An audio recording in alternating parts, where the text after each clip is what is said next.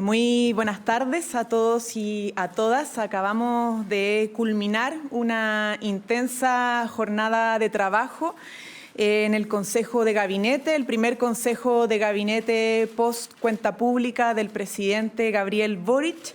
En esta jornada de trabajo lo que hicimos principalmente fue poder reforzar lo que es el trabajo y despliegue de nuestras autoridades de gobierno para poder seguir cumpliendo nuestros compromisos de cara a las prioridades ciudadanas en materia de seguridad social, en materia de seguridad económica y desarrollo sostenible, como también de seguridad ciudadana. El presidente ha fijado una hoja de ruta muy clara en su cuenta pública y es tarea de este gobierno y de sus equipos, no solamente a nivel nacional, reflejado en sus ministros y ministras, subsecretarios y subsecretarias, sino que también de sus equipos a nivel regional, territorial, dígase delegados y delegadas presidenciales regionales, provinciales, seremi, jefes de servicio, poder ir concretando día a día aquellos anuncios y compromisos que hizo el presidente de la República. Es cierto que hemos avanzado a pesar de las dificultades y no hemos avanzado solos. El gobierno ha generado espacios de diálogo y de acuerdo para avanzar en muchas iniciativas que sobre todo requieren pasar por el Congreso Nacional.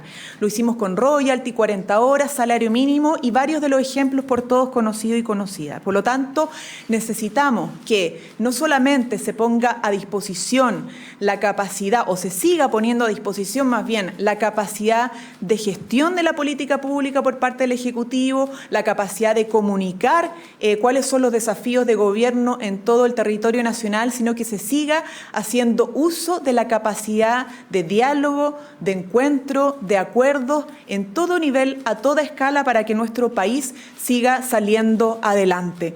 Los desafíos son múltiples, la ciudadanía exige que estemos presentes por un mejor futuro, pero para que ahora también podamos ir viendo los frutos del esfuerzo colectivo que tenemos que seguir empujando y reforzando. Por cierto, además, y con esto le doy el pase a mi colega ministra del Interior, Carolina Toá, también hablamos de la importancia del pacto fiscal.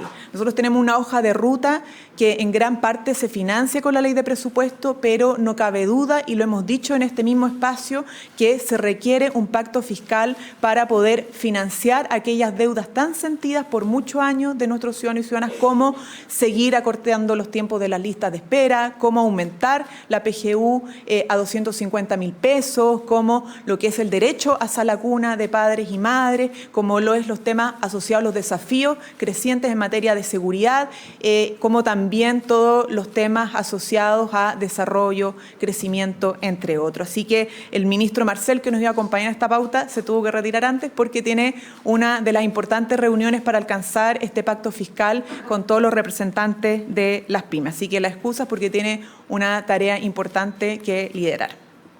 Ministra. Bueno, muy buenas tardes. Hoy día simultáneamente estuvo reunido el gabinete de ministros y ministras y los delegados y delegadas de todas las regiones. En estas reuniones lo que hacemos es hacernos cargo de los compromisos que el presidente planteó ante la ciudadanía con motivo de la cuenta pública del 1 de junio. Ese día se habló de los logros que hemos tenido en este primer año, que son fruto del trabajo de muchos actores, pero muy relevantes los equipos que apoyan al presidente de la República, tanto en su gabinete como en las regiones. Pero ahí se plantearon también una serie de tareas que tenemos que llevar adelante. Ahora, a una semana de la cuenta pública, estamos trabajando en ver cómo sacar adelante esos compromisos, cómo reforzar nuestro trabajo, cómo ser rigurosos en nuestras tareas, tanto en el gobierno central como en las regiones, en todos los territorios del país. La coincidencia de estas dos reuniones la aprovechamos para hacer en un momento un encuentro. Creo que nunca se habían juntado el gabinete completo de ministros y el de delegados, pero muy importante a propósito de estas tareas que vienen. Hay una que es fundamental y está en el corazón del gobierno, que es la perspectiva, el propósito de lograr un pacto fiscal en Chile. Esto no es solo un cambio de palabras, desde reforma tributaria a pacto fiscal. Pacto fiscal significa que como sociedad nos ponemos de acuerdo en qué cosas queremos lograr, nos ponemos de acuerdo en cómo las vamos a financiar, nos ponemos de acuerdo en qué va a contribuir cada sector de la sociedad para lograrlo y nos ponemos de acuerdo en cuáles son los principios y cuáles son las obligaciones que van a vincularnos para lograr esos objetivos. Los principios significan no solo quién va a pagar y cuánto, sino cuáles van a ser las orientaciones generales con que ese sistema tributario va a funcionar. Y eso implica, entre otras cosas, obligaciones para nosotros como gobierno, desde el punto de vista de ocupar la plata con responsabilidad, de ser eficientes y eficaces en el gasto público, de ser plenamente transparentes, de lograr que cada uno de esos pesos vaya al objetivo que nos hemos trazado. Bueno, el lograr ese pacto fiscal significa, entre otras cosas, que la tarea no es solamente de una negociación que se hace entre quienes van a votar en el Senado. Es una decisión que debiera implicarnos a todos en la sociedad chilena. Y lo que el presidente nos ha pedido ahí, a cada uno de nosotros como integrantes de su gabinete, es que busquemos llevar esta conversación a todos los rincones y que como sociedad nos demos cuenta de lo importante de la decisión que se va a tomar en el Senado en pocas semanas más. Porque el camino que se abre para dejar atrás una larga etapa que Chile no ha tenido un pacto fiscal y por lo tanto no hay un acuerdo entre los chilenos de qué derechos vamos a garantizarles a toda la población, de qué garantías vamos a tener en los tiempos de espera en salud, de qué nivel de protección van a tener las personas mayores con sus pensiones, de cómo vamos a apoyar a quienes cuidan en Chile, de cómo vamos a cuidar a los niños más pequeños que hoy día en gran parte todavía no tienen acceso a esa cuna, de cómo vamos a enfrentar los temas de seguridad, donde los déficits de nuestra institucionalidad son enormes. Llegar a un pacto fiscal no va a ser solamente subir los impuestos a ciertos sectores, va a ser acordar y garantizar y comprometer que en cada una de estas materias vamos a dar un salto significativo, vamos a entregar más protección, mejores servicios, más calidad. Por lo tanto, no puede ser una decisión que dependa solo de una negociación con los senadores y las senadoras. Debiera ser una tarea en la cual toda la sociedad sienta que tiene una voz que dar, una opinión que tener, una postura. Y lo que vamos a buscar como parlamento, como gabinete, no como parlamento, fuimos parlamento alguna vez, pero ya no, es que facilitar que así sea vivido y así sea asumido por la sociedad chilena en las próximas semanas. Muy importante también, a propósito de la reunión de hoy día, es la insistencia que ha tenido el presidente de la República en el sentido que la cuenta pública dio la oportunidad de hacer un recuento de todo lo avanzado en este año, que fue un recuento muy impresionante de las tareas que se han logrado a pesar de la adversidad, en el Parlamento y fuera del Parlamento, logrando leyes que eran improbables como salario mínimo y royalty, o logrando gestiones que por largo tiempo habían esperado, como el copago cero o el reforzamiento de las policías.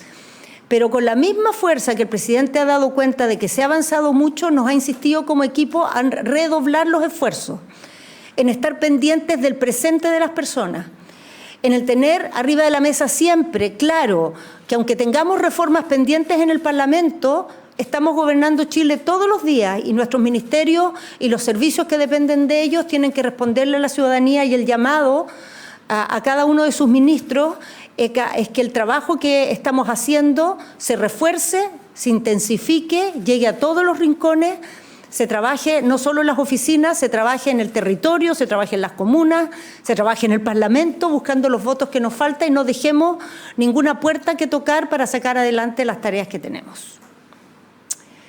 Preguntas. Sí, tenemos pregunta para la ministra de Salud, si pudiera responder. Sí. Ministra, bueno, la oposición ha planteado que el subsecretario de redes asistenciales que está a cargo de esta crisis sanitaria, Fernando Arauz, debería dar un paso al costado a propósito de la mala gestión que ha tenido de esta crisis. Dicen que no se ha anticipado a tomar medidas a tiempo. En ese contexto le queríamos preguntar si el subsecretario sigue contando con la confianza del presidente o no. Bueno, muy buenas tardes. Primero mencionar que es muy importante el que consideremos la situación de virus respiratorio que estamos viviendo, que es un virus especialmente que está afectando a los lactantes y por eso hemos hecho hartos llamados a que se tomen medidas de prevención, particularmente con los menores de 1 año. Con respecto al tema de la crisis sanitaria, efectivamente se previó que podría haber problemas este año, por eso se amplió la alerta sanitaria el 23 de marzo para incorporar el virus sincicial en los otros virus respiratorios. También se incorporaron recursos adicionales a los recursos habituales que fueron entregados a los servicios de salud en el mes de mayo. Y dado que el brote se ha adelantado también y en consonancia con la mayor presión en las camas, la complejización de las camas, tanto en el sector público como en el sector privado, y se ha estado manejando las camas en conjunto con el sector privado, es decir, que alrededor de 55 niños de los más de 100 que se han ido trasladando fueron trasladados al sector privado. Y con respecto a la confianza, bueno, todas las autoridades estamos siempre en evaluación por el gobierno, mientras estamos en nuestros puestos contamos con la confianza del gobierno. Y en torno a las medidas, usted dice que se tomó a tiempo, pero a pesar de eso hay 4 lactantes fallecidos. En ese contexto, ¿cuál es la estrategia que tiene el gobierno de aquí en adelante para evitar que esta crisis pueda prosperar? Bueno, efectivamente tenemos que lamentar el fallecimiento de estos 4 lactantes. Evidentemente que la muerte de cualquier niño y sobre todo niños pequeños nos golpea. Y cuando es un niño pequeño y un bebé, en realidad es una tragedia, no solo para la familia, que por cierto que es una gran tragedia, sino que también para los equipos de salud y también para las autoridades.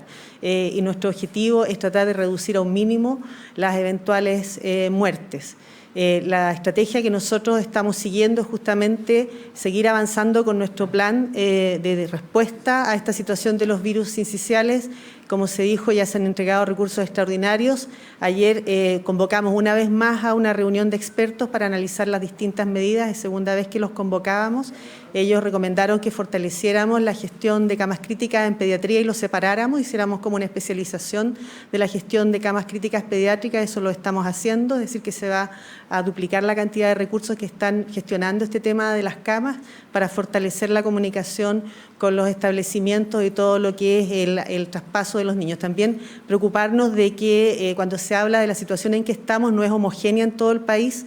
En la zona sur comenzó antes el brote en Temuco, después en Concepción. Esta semana estamos en una situación crítica en la región metropolitana, pero esperamos también que exista en 2 semanas más un pic de virus influenza. Para la influenza, a diferencia del virus sincicial, sí contamos con vacuna y por lo tanto también estamos haciendo un llamado especial a los adultos mayores que todavía falta vacunarse. Vamos a hacer un despliegue en el territorio, pero también les pedimos que por favor se acerquen a los lugares de vacunación las personas mayores de 65 años que necesitan un tiempo para que la vacuna responda, así que los llamamos a que hagan esa asistencia a los lugares de vacunación, porque la influenza produce hospitalización en los adultos mayores, a diferencia del sincicial que produce hospitalización en los menores de 1 año. Ministra, pregunto para usted también. Sí, buenas tardes.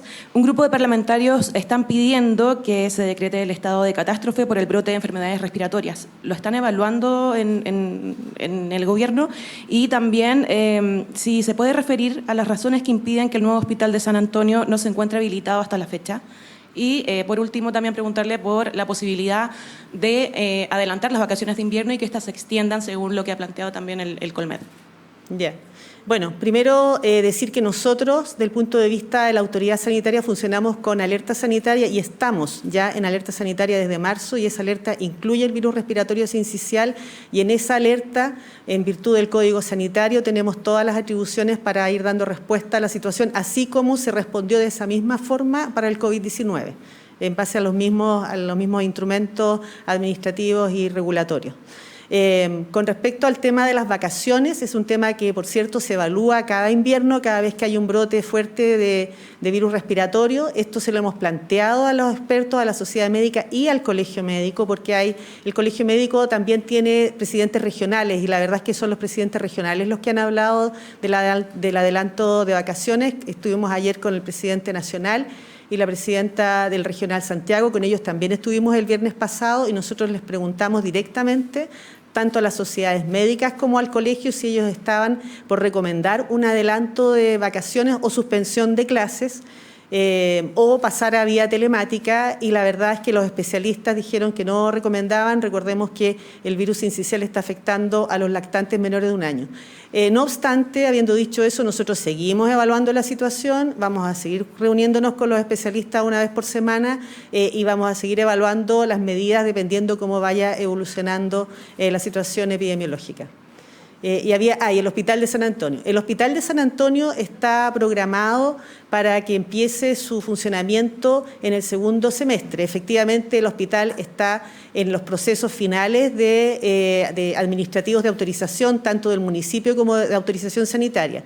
Pero también, en virtud de la alerta sanitaria, nosotros no tenemos que esperar esos permisos, pero sí estamos haciendo una prueba del tanque criogénico del hospital, que se está haciendo en estos días, con el cual el hospital puede funcionar con la red de gases. Por lo tanto, estamos en esas pruebas finales para que el hospital pueda funcionar con la red de gases. Si no tiene red de gases, la verdad es que no lo podemos abrir, y ahí vamos a empezar con una apertura independiente de la tramitación administrativa en virtud de la alerta sanitaria. Muchas gracias. Ministra Toá, ¿cómo está? Quería saber si es que el gobierno se va a querellar por el procedimiento médico en la escuela Villa Centinela Sur en Talcahuano, saber qué medidas se van a tomar y saber si usted cree que se hizo un aprovechamiento político de este caso, al inicio sobre todo, cuando se conocieron los primeros datos acerca de lo que sucedió en Talcahuano. Bueno, en primer lugar, quisiera decir que a propósito de la situación provocada en Talcahuano, ciertamente eso es objeto de la máxima preocupación. Los establecimientos educacionales son lugares de protección para niños y niñas, no pueden ser lugares de riesgo, menos aún de abuso. Y de consecuencia, el gobierno va a actuar en todas las áreas, sectores que tienen algo que decir aquí, con la máxima fuerza para reaccionar a lo sucedido y prevenir que no se repita. Ahora vamos a aprovechar la presencia hoy día de la delegada regional, que se encuentra aquí junto con todos los delegados del país. Entonces ella va a hacer un rato más un punto de prensa sobre este punto y va a entrar en detalle de lo que se está haciendo y lo que está previsto en la próxima etapa. En relación a la pregunta de aprovechamiento político, lo plantearía de la siguiente manera. Cuando tenemos situaciones de vulneración graves, donde hay niños y niñas afectados, es el caso del virus sincicial, es importante que todos los actores siempre pongamos por delante su protección, en todo sentido. Y eso jamás debiera atentar con que el debate sea duro, en que se digan las cosas, pero nunca hay que perder de vista ese objetivo. Y no quisiera ir en juicio más allá, simplemente hacer ese llamado. Ministro Cordero, muy buenas tardes. Entendiendo que la resolución de la Suprema sobre los recursos de aclaración en el tema ISAPRES los vamos a conocer en un rato más, ¿qué espera el gobierno? ¿Que se resuelva, que se mantenga el efecto general y, de no ser así, cómo esto podría sentar un precedente en materia de interpretación del fallo y también las consecuencias que podría tener para tanta gente que piensa que le devolverán los cobros en exceso? En efecto, como usted dice, buenas tardes a todas y todos primero, como usted dice, el Ejecutivo va a emitir un comentario una vez que se emita la resolución, pero hay dos ideas centrales que nos interesa transmitir. La primera es que el Ejecutivo siempre ha sido especialmente respetuoso y cuidadoso respecto a las resoluciones judiciales. Lo ha dicho el Presidente de la República, lo ha dicho la ministra Toá, lo he señalado yo. Cualquiera sea la decisión que adopte en las aclaraciones la tercera sala de la Corte Suprema, permite delimitar los contextos del debate sobre el cual ha provocado la dictación de la sentencia en materia de ISAPRE. Sin embargo, es del caso afirmar que cualquiera sea el resultado de la aclaración del día de hoy, lo que es insostenible es mantener el sistema de salud privado sujeto al régimen de judicialización que tiene en la actualidad. Las cifras del año 2022 son incomparables con el pasado, y si hay algo que debiera quedar claro después de todo este debate es que no es sostenible ni para los afiliados, ni para el sistema de salud, tampoco para las ISAPRE, pero tampoco para los contribuyentes y el sistema judicial, mantener el nivel de judicialización que mantenemos en la actualidad. Los detalles los podemos conversar una vez que sepamos la resolución de la Corte en poco rato más. Eso. Ministra Vallejo, yo quería preguntarle por el rol del presidente esta semana en torno al proceso constituyente. Las declaraciones que ha dado, ha entrado de manera más clara al debate y quería preguntarle si es que las intervenciones marcan un giro en torno a la presidencia que quizás había mostrado el mandatario en los días previos y si su respaldo también al texto de los expertos es un llamado para el oficialismo, que ha manifestado también ciertas dudas o reparos con ese trabajo. El presidente respeta y atiende la autonomía que tiene el órgano constitucional actual, ¿no? Tiene un desafío el Consejo Constitucional, así como lo tuvo el Comité de Expertos, para poder darnos la oportunidad de trabajar en una nueva propuesta de texto constitucional y que ésta la delibere finalmente y la decida el país, ¿no? A través de la participación en el plebiscito de salida de los electores, los votantes y las votantes. Lo que ha dicho el presidente es una señal que tiene que ver con seguir reforzando algo que siempre hemos dicho como gobierno, que es la centralidad de nuestra relación en torno al proceso constituyente.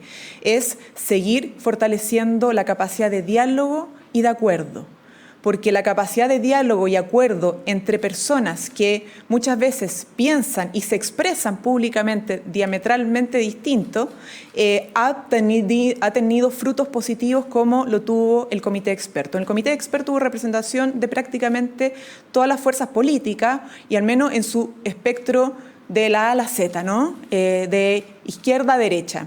Y en ese sentido, el fruto de ese diálogo y de ese acuerdo es un fruto positivo que debe ser revisado por el Consejo, por las y los consejeros, y por lo tanto, obviamente, queda un trecho por recorrer. Pero nunca está de más valorar los frutos del diálogo y de los acuerdos entre quienes piensan distinto. Sí, pregunta para la ministra Carolina Toá. Ministra, quería preguntarle si es que al Gobierno le preocupa que la bancada del Partido Comunista haya decidido abstenerse de la última renovación del estado de excepción por diferencias en los cambios del decreto que emplea esta herramienta. En la colectividad dicen que desconocían estos cambios y solo se enteraron de ellos una vez fueron presentados en la sala, mientras que del PS han dicho que esto no es efectivo, que esto se venía anunciando desde antes y que esto correspondería a errores de comunicación. No, a ver, pondría el énfasis en lo que importa. Los estados de excepción están regulados en la Constitución y en la ley. Y los estados de excepción acotados no existen. No existen. Solamente existe la posibilidad de declararlos o no declararlos. Cosa distinta es que en el decreto que hace efectivo la dictación de estos estados de excepción, el Ejecutivo haga referencia a cosas en que se hace énfasis porque son problemas graves en ese momento. En un origen, el cierre de caminos, el bloqueo de caminos era una gran preocupación y por eso estaba mencionado en el decreto.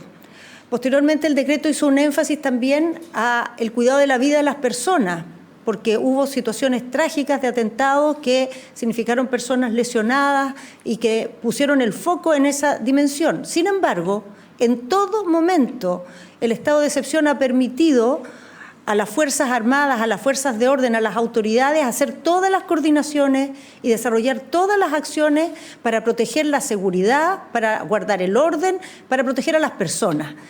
Dado que esto ha sido objeto permanentemente de discusión, de interpretaciones distintas, de qué significa hacer mención en el decreto a un énfasis o a otro, el Ejecutivo ha decidido que no va a hacer énfasis de ninguna naturaleza en el decreto y solamente los considerando, si es oportuno, se hará mención a la situación que en el momento respectivo, recordemos que a 15 días se hacen estas renovaciones, está llamando, digamos, a la mayor preocupación. De eso se trata el cambio. O sea, desde ese punto de vista quisiéramos poner el acento en que este no es un nuevo tipo de estado de excepción, no significa nuevas atribuciones, sino que significa sacar del debate algo que ha generado ruido durante todo este tiempo. En ese sentido, a todas las bancadas, digamos, no está haciendo el Ejecutivo un cambio que signifique sustantivamente competencias, atribuciones, posibilidades distintas a las fuerzas de orden. Lo que estamos haciendo es limpiar el debate público de cosas que por mucho tiempo han, digamos, entorpecido una buena comunicación de cuál es el objetivo del estado de excepción, cuál es la prioridad, que siempre ha sido la vida, el orden y la seguridad.